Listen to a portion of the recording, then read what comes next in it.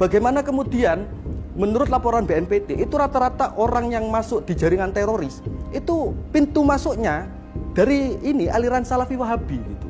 Yang dikit mengharamkan kafir, bid'ah dan yang lain-lain. Kita mau ngajak tabayun sebenarnya. Ya. Masalahnya itu sebenarnya bukan terletak di kita, tapi mereka yang mengingkari kesepakatan. Makanya kita kalau dikatakan membubarkan pengajian itu keliru gitu, keliru besar, dan itu narasi yang sesat gitu menurut saya, menurut kami lah sebagai pimpinan cabang gitu.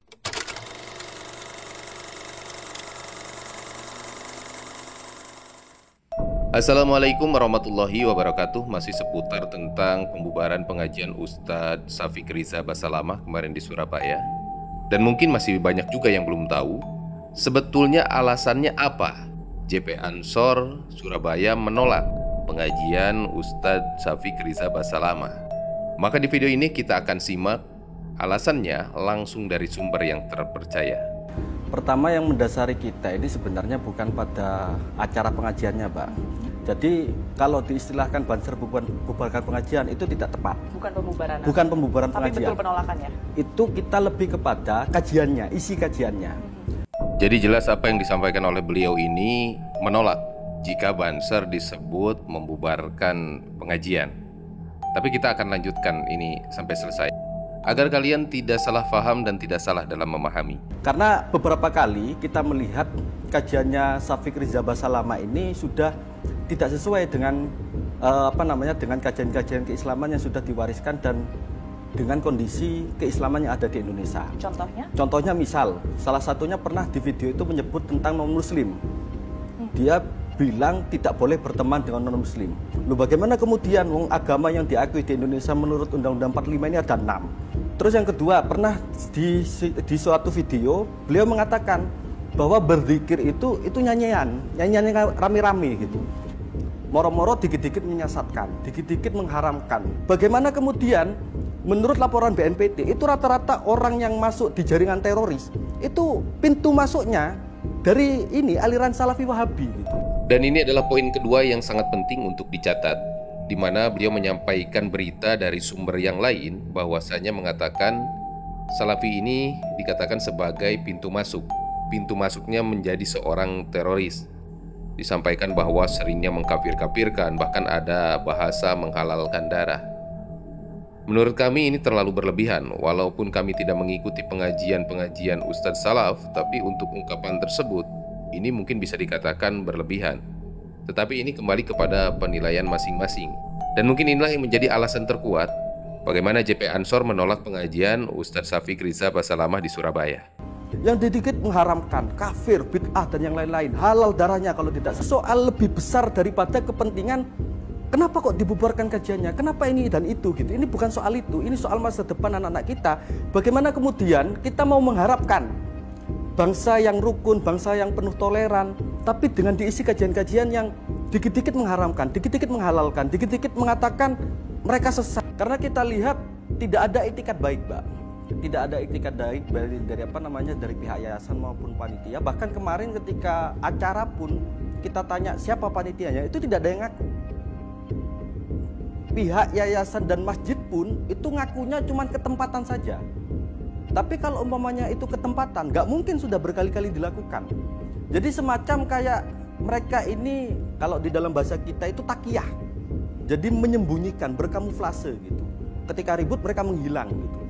Mereka nyerang. Bahkan banyak WA saya, WA teman-teman itu dikatakan sampai iblis laknatullah gitu. Apa sembarang kali lah kata-kata kayak gitu. Artinya pihak dari GP Ansor memang sudah berupaya untuk menjalin komunikasi terlebih dahulu ya atas penolakan ini. Termasuk ketika hari H. Sebelumnya kita kirim surat terus difasilitasi surat kemana?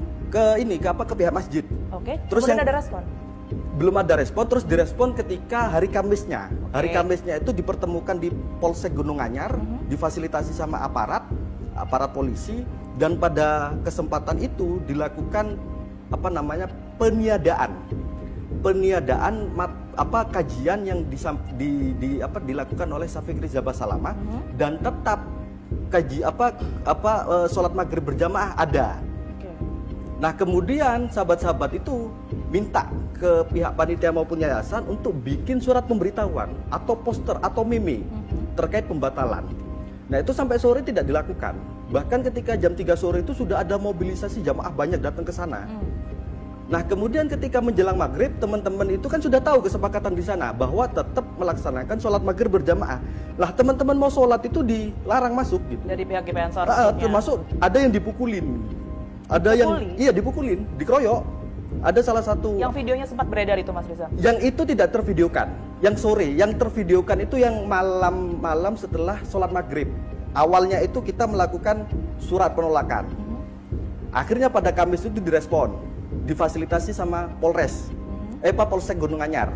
Setelah itu habis difasilitasi oleh Polsek Gunung Anyar, pada sore hari itu pada pertemuan itu kita minta panitia sama yayasan untuk bikin pemberitahuan pembatalan kegiatan itu.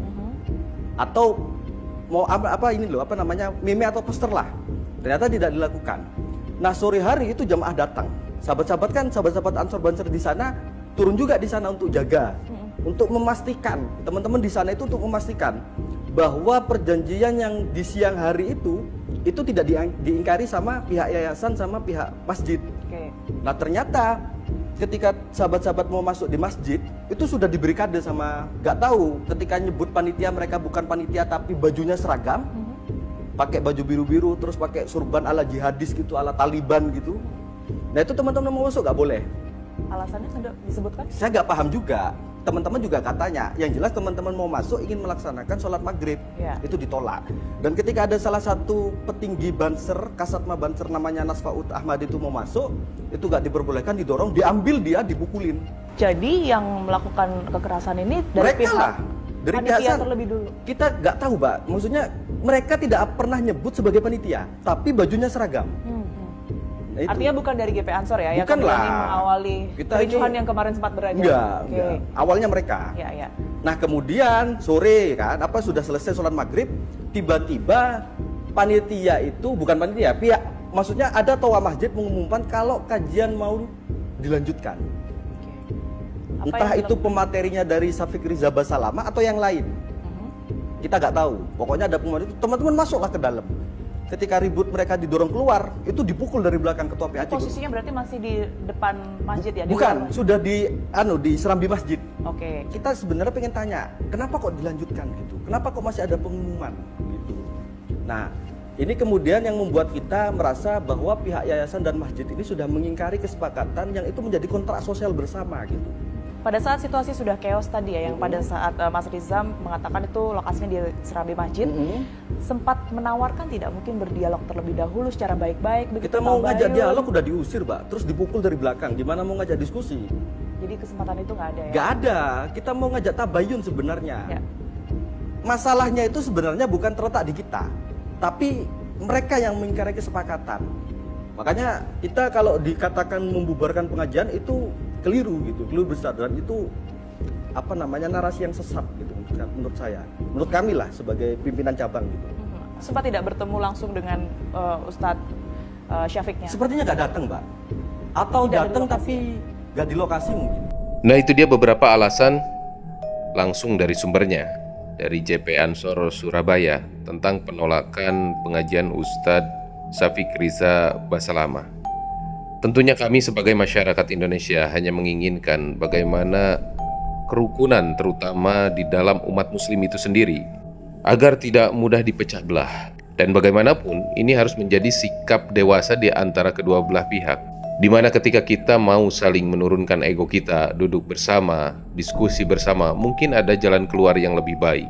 Dan semoga Allah Subhanahu wa Ta'ala memberikan kita hidayah dan memberikan kita kepahaman untuk bagaimana menunaikan hadis Nabi SAW, di mana belum sempurna iman seseorang sebelum mencintai saudara muslim sebagaimana dia mencintai dirinya sendiri.